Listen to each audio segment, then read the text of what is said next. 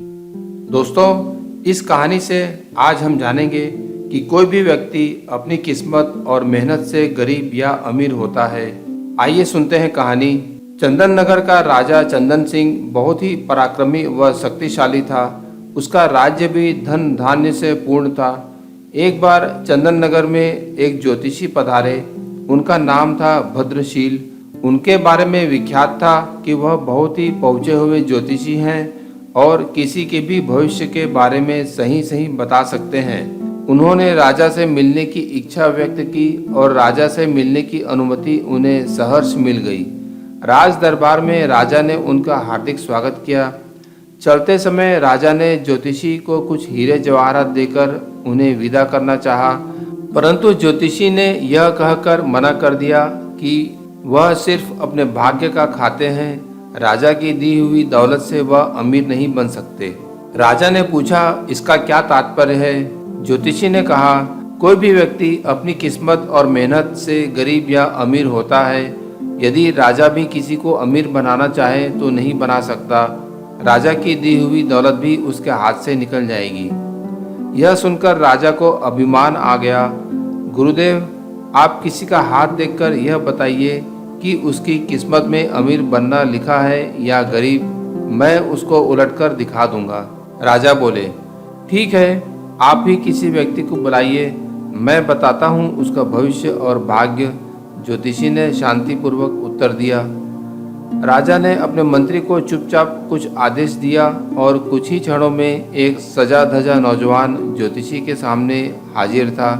ज्योतिषी भद्रशील ने ध्यान से उस व्यक्ति का माथा देखा और फिर हाथ देखकर कहा, यह व्यक्ति गरीबी में जन्मा है और जिंदगी भर गरीब ही रहेगा। इसे खेतों और पेड़ों के बीच कुटिया में रहने की आदत है और वहीं रहेगा।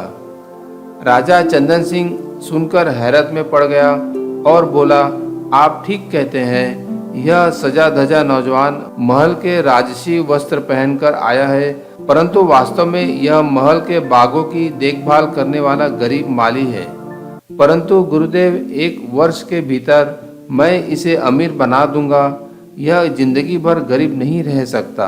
राजा का घमंड देखकर ज्योतिषी ने कहा, ठीक है, आप स्वयं आजमा लीजिए और मुझे आज्ञा दीजिए। राजा ने अगले दिन माली दयाल को बुलाकर एक पत्र दिया। फिर उससे कहा कि यहाँ से 100 कोस दूर बालीपुर में मेरे परम मित्र भानु प्रताप रहते हैं। वहाँ जाओ और यह पत्र उन्हें दे आओ।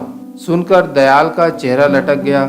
वह पत्र लेकर अपनी कुटिया में आ गया और सोचने लगा, यहाँ तो पेड़ों की थोड़ी बहुत देखभाल करके दिन भर आराम करता हूँ, अब इतनी गर्मी में इतना दूर जाना पड़ेगा। अगले दिन सुबह तड़के वह चंदन नगर से पत्र लेकर निकल गया।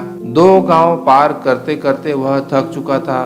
वह उस गांव में बाजार से भोजन लेकर एक पेड़ के नीचे बैठकर खाने लगा कि उसका एक मित्र मिल गया।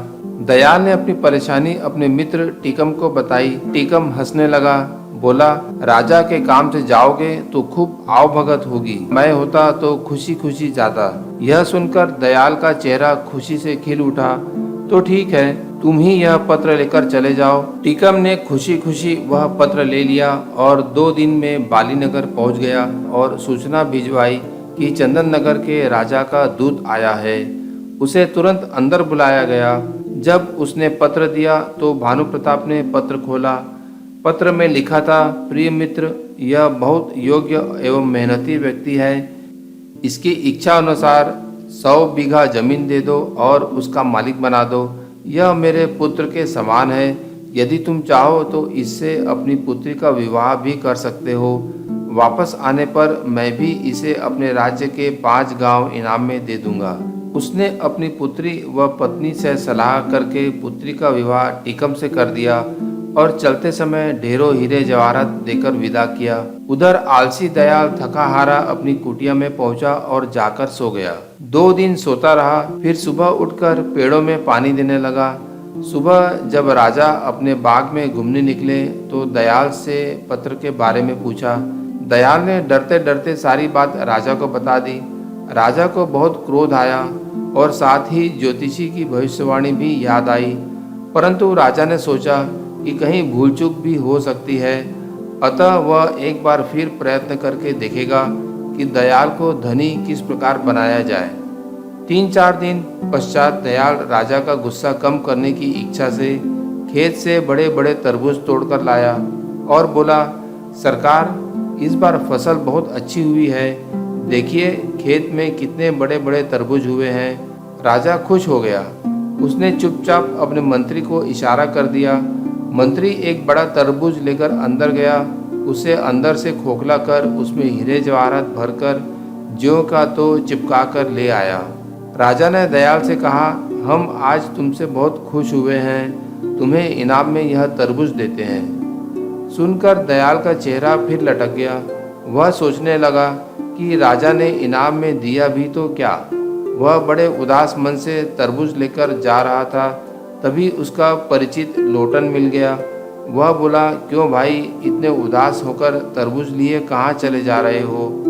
दयाल बोला, क्या करूं, बात ही कुछ ऐसी है। आज राजा मुझसे खुश हो गए, पर इनाम में दिया यह तरबूज। भला तरबूज भी इनाम में देने की चीज़ है? मैं किसे खिलाऊंगा इतना बड़ा तरबूज? लोटन बोला, निराश क्यों होते हो भाई, इनाम तो इनाम ही है। मुझे ऐसा इनाम मिलता तो मेरे बच्चे खुश हो जाते। फिर ठीक है, तुम ही ले लो यह तरबूज। दयाल ने लोटन को तरबूज दे दिया। अगले दिन राजा ने दयाल का फिर वही फटा हाल देखा तो पूछा, क्यों तरबूज खाया नहीं? दयाल ने सारी बात चुपचाप बता दी। राजा को दयाल पर बड़ा क्रोध आया, पर क्या कर सकता था।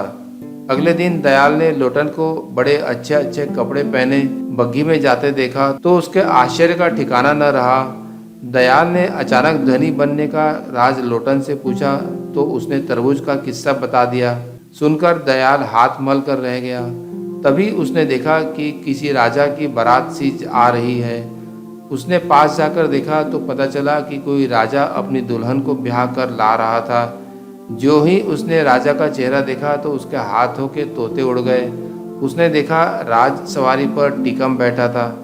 अगले दिन टीकम से मिलने पर उसे पत्र की सच्चाई पता लगी, परंतु अब कर ही क्या सकता था।